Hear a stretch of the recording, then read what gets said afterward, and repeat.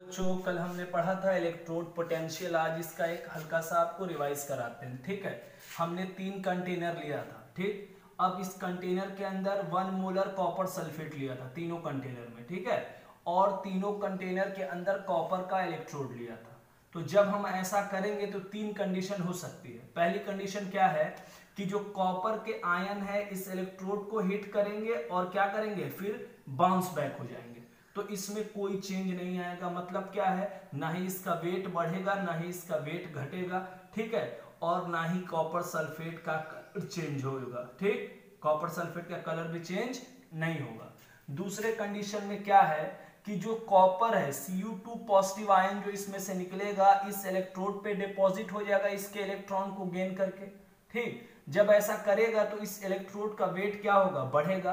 अब Cu2 positive solution से निकल रहा है तो वो कलर क्या हो जाएगा, उसका डीम हो जाएगा, हल्का हो जाएगा।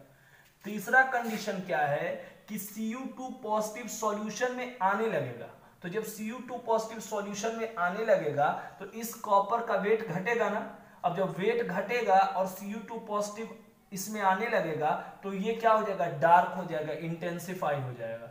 अब ध्यान से देखो, Cu2 पॉजिटिव यहां इलेक्ट्रॉन क्या कर रहा है, गेन कर रहा है। ठीक, और यहां क्या कर रहा है, लूज कर रहा है।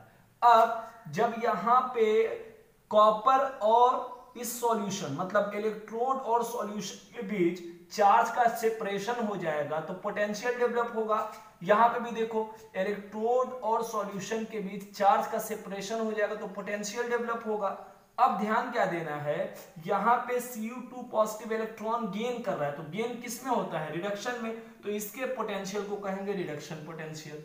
यहां पे Cu2 पॉजिटिव क्या कर रहा है, इलेक्ट्रॉन लूज कर रहा है तो लूज किस में होता है, ऑक्सीडेशन में। तो इसको कहेंगे ऑक्सीडेशन पोटेंशियल। लेकिन जनरली हम रिडक्शन पोटेंशियल ही यूज करते हैं। क्यों ऐसा करते हैं ये और क्लियर होगा आपको इलेक्ट्रोकेमिकल सीरीज वाले टॉपिक में।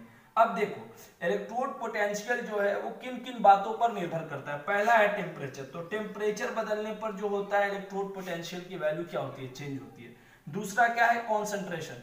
हम जानते हैं कि कॉन्सेंट्रेशन, मान लो ये है Cu2 पॉजिटिव का कॉन्सेंट्रेशन जितना यहां बढ़ेगा चार्ज का सेपरेशन उतना ज्यादा होगा, और जितना ज्यादा चार्ज का सेपरेशन होगा सॉल्यूशन और इलेक्ट्रोड के बीच क्या होगा, उतना ही ज्यादा पोटेंशियल डिफरेंस हो जाएगा, यानी इलेक्ट्रोड पोटेंशियल की वैल्यू बढ़ जाएगी। ठीक, और तीसरा क्या है, नेचर ऑफ द मेटल, मतलब मेटल का नेचर कैसा है। ठीक, और इट्स आयन, मतलब मेटल हाईली रिएक्टिव है, लो रिएक्टिव है, वो कैसे आयन बनाते हैं, तीसरा इस पे डिपेंड करता है। ठीक है, चलो अब देखो बच्चों, नेक्स्ट टॉपिक है इलेक्ट्रोमोटिव फोर्स या ईएमएफ। ठीक है, अब हम क्या जानते हैं कि इलेक्ट्रोकेमिकल सेल में 2 इलेक्ट्रोड्स होते हैं। तो इलेक्ट्रोकेमिकल सेल कब वर्क करेगी, जब दोनों के इलेक्ट्रोड पोटेंशियल में क्या हो, डिफरेंस हो। तो क्या बोलते हैं कि difference between electrode potential constitute electrochemical cell called EMF. इसी को हम क्या कहते हैं कि difference between electrode potential constitute क्या बनाता है, इलेक्ट्रोकेमिकल सेल को, और इसी को हम क्या बोलते हैं, ईएमएफ बोलते हैं या सेल पोटेंशियल बोलते हैं। ठीक, it is the potential, definition क्या है, it is the potential between 2 electrodes, 2 electrode के बीच का पोटेंशियल। कब, when नेग्लिजिबल और नो करंट, जब नेग्लिजिबल या कोई भी करंट क्या हो, फ्लो ना हो सर्किट में। ठीक है, क्या कहेंगे कि it is a potential difference between the electrodes, कब, जब नेग्लिजिबल या कोई भी करंट सर्किट में फ्लो ना हो। अब देखो, एक डिफरेंस है किसमें, इलेक्ट्रोड पोटेंशियल में और ईएमएफ में। वाइल क्या लिखा है, while calculating potential difference current should flow in the circuit. मतलब क्या कि जब आप पोटेंशियल डिफरेंस या इलेक्ट्रोड पोटेंशियल निकालोगे तो करेंट फ्लो होना चाहिए सर्किट में, लेकिन ईएमएफ कैलकुलेट करने के वक्त कोई भी करंट फ्लो नहीं होता है सर्किट में। ठीक, दूसरा देखो, पोटेंशियल डिफरेंस जो होता है वो लेस देन मैक्सिमम वोल्टेज और वर्क को कैलकुलेट करता है। जो मैक्सिमम वोल्टेज है उससे कम वोल्टेज को कैलकुलेट करेगा और मैक्सिमम वर्क से कम वर्क को कैलकुलेट करेगा, या उससे हम ऑब्टेन कर सकते हैं। लेकिन जो ईएमएफ है उसमें हम मैक्सिमम वोल्टेज और मैक्सिमम वर्क दोनों ऑब्टेन कर सकते हैं। दोनों में फर्क क्या है, पोटेंशियल डिफरेंस में हम लेस देन मैक्सिमम वोल्टेज और मैक्सिमम वर्क ऑब्टेन करते हैं, और ईएमएफ में क्या होता है, मैक्सिमम वोल्टेज और वर्क दोनों क्या कर सकते हैं, ऑब्टेन कर सकते हैं। ठीक है, अब देखो हमारा अगला टॉपिक है स्टैंडर्ड हाइड्रोजन इलेक्ट्रोड। स्टैंडर्ड का मतलब होता है मानक, इसको हम सी बोलते हैं, SHE, स्टैंडर्ड हाइड्रोजन इलेक्ट्रोड या नॉर्मल हाइड्रोजन इलेक्ट्रोड।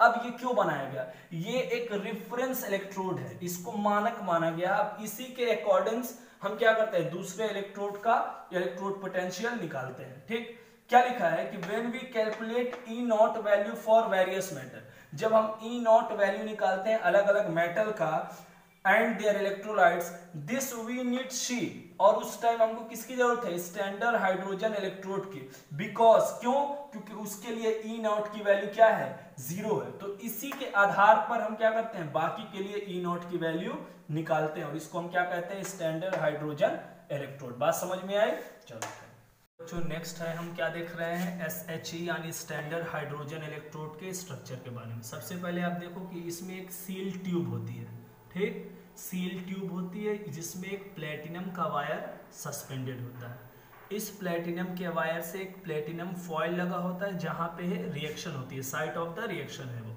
अब देखो यहां से जैसे ही हाइड्रोजन गैस को हम 1 एटमॉस्फेरिक प्रेशर पे इसमें अप्लाई करेंगे तो बबल्स बनने लगते हैं। ठीक, अब ये बबल्स का जब देखा गया तो ये बबल्स किसके थे, हाइड्रोजन के थे।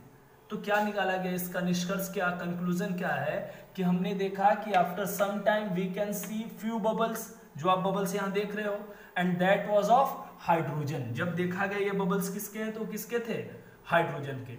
इसका मतलब क्या है कि वी कैन प्लेस SHE यानी स्टैंडर्ड हाइड्रोजन इलेक्ट्रोड को हम कैथोड और एनोड दोनों की तरह बिहेव कर सकते हैं, दोनों की तरह यूज कर सकते हैं।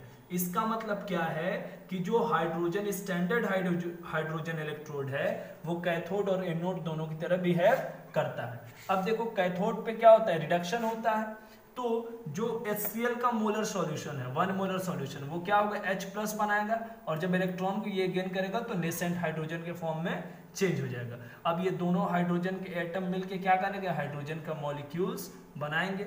एनोड पे क्या होगा, ये इलेक्ट्रॉन को क्या करेगा, ऑक्सीडेशन, लॉस ऑफ इलेक्ट्रॉन होता है, 2 इलेक्ट्रॉन को लॉस करके H+ में चेंज हो जाएगा। ठीक है, अब क्वेश्चन क्या आता है कि इसका एप्लीकेशन क्या है, इसका यूज क्या है। तो सबसे बड़ा एप्लीकेशन, मेजर एप्लीकेशन क्या है इसका, कि स्टैंडर्ड हाइड्रोजन इलेक्ट्रोड से हम किसी भी मेटल इलेक्ट्रोड के ई नॉट की वैल्यू को क्या कर सकते हैं, कैलकुलेट कर सकते हैं। क्या है कि स्टैंडर्ड हाइड्रोजन इलेक्ट्रोड से हम किसी भी मेटल के ई नॉट के वैल्यू को क्या कर सकते हैं, कैलकुलेट कर सकते हैं। चलो ठीक।